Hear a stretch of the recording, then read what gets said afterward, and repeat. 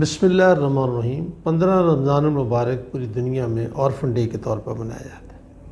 Al-Khidmat foundation Pakistan نے بھی یتیم بچوں کی کفالت اور ان کی نگہداشت اور ان کی خدمت کا ایک بہت بڑا پروگرام شروع کر رکھا ہے۔ اسی دن کی مناسبت سے میں آپ کے سامنے 2-3 باتیں رکھنا چاہتا ہوں۔ یہ تو باتیں ہم نے بہت دفعہ سنی ہیں اور اس پہ تو یقینی کامل ہونا چاہیے کہ نبی محترم صلی اللہ علیہ وسلم نے فرمایا کہ جس نے یتیم کی کفالت کی وہ جنت الفردوس میں میرا ساتھ یوں ہوگا۔ یقینی طور پر وہ بہترین جنت ہوگی جو نبی پاک صلی اللہ علیہ وسلم کو دی گئی ہوگی۔ لیکن جو میں بات آپ کے سامنے کرنا چاہتا ہوں وہ سورہ الفجر کے اندر 30ویں پارے میں اللہ رب العزت 4 چیزوں کی قسم کھاتا ہے۔ انہوں نے قسم کھائی، قسم فجر کی، قسم 10 راتوں کی، قسم جفت اور طاق کی، اور قسم رات کے رخصت ہونے کی۔ یہ قسمیں کھانے کے بعد قرآن یہ کہتا ہے کہ میں نے 4 قوموں کو تباہ کیا جن کے نام لیے گئے۔ ان میں عاد ہے، سمود ہے، ارم ہے اور فرعون ہے۔ اور پھر یہ آگے 4 باتیں کہی ہیں جن سے صاف یہ لگتا ہے کہ وہ ان کی تباہی کی یہ وجہ تھی، اور وجہ وہ 4 یہ بتائی گئیں کہ وہ لوگ کیا کرتے تھے۔ وہ یہ کرتے تھے کہ وہ مسکین کو کھانا نہیں کھلاتے تھے، اور دوسرا وہ یتیم کی عزت نہیں کرتے تھے، یتیم کا اکرام نہیں کرتے تھے، اور تیسری وہ میراث کے مال کو بے دردی سے کھا جاتے تھے، اور چوتھی یہ کہ وہ اپنے مال کو بہت عزیز رکھتے تھے۔ میرے دوستوں اور بھائیوں، یہ 4 باتیں ہمیں یہ بتاتی ہیں کہ قوموں کی تباہی میں ایک فیکٹر یہ بھی تھا کہ اس قوم میں یتیم بچوں کا اکرام نہیں کیا جاتا تھا۔ کیا پاکستان کے اندر ہم یتیم کا اکرام تو دور کی بات ہے، یتیم کے ساتھ سلوک تو دور کی بات ہے، کیا ہم یتیم کی بھوک کا بھی خیال رکھ رہے ہیں؟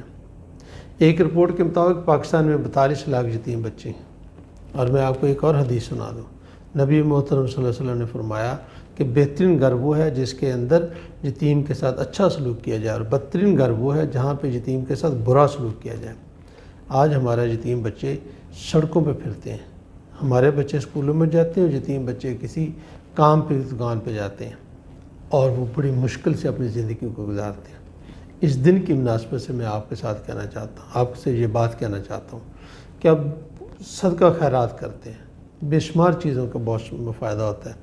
اللہ کے نبی نے یہ فرمایا کہ جب انسان دنیا سے چلے جائے گا تو 3 چیزیں اس کو پہنچتی رہیں گی، فائدہ پہنچاتی رہیں گی۔ ایک وہ صدقہ جاریہ ہے، وہ کام ہے جو اس نے کام کیا اور وہ چلتا رہا، اور دوسرا وہ علم ہے جو نافع تھا لوگوں کے لیے، اس کو نفع پہنچاتا رہا، اور تیسری نیک اولاد ہے۔ یتیم کی پرورش ایک صدقہ جاریہ ہے۔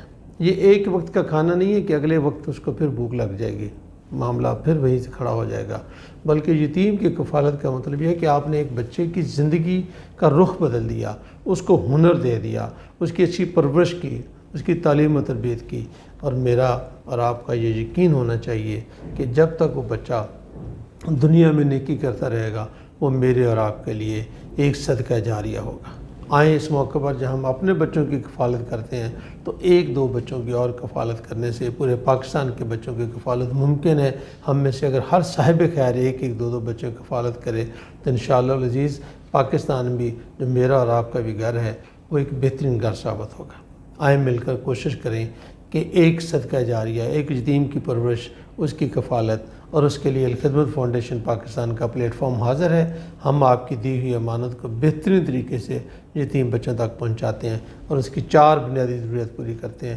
اس کے کھانے پینے کی ضرورت پوری کرتے ہیں، اس کے اسکول اور کی نگرانی کرتے ہیں، پھر ہم اس کی دینی تربیت کے لیے اہتمام کرتے ہیں، پھر ہم اسے سائیکولوجیکلی بوسٹ کرنے کے لیے اسے باہمت بچہ اور اس کی ماں کو باہمت مائیں کہتے ہیں۔ آئیں مل جل کر پاکستان کو ایک ایسا گھر بنائیں جہاں پہ کوئی یتیم بچہ صبح اٹھ کر کام پہ نہ جائے، بلکہ ہمارے بچوں سے بھی اچھی زندگی گزارے اور اچھی تعلیم و تربیت اس کے ہو۔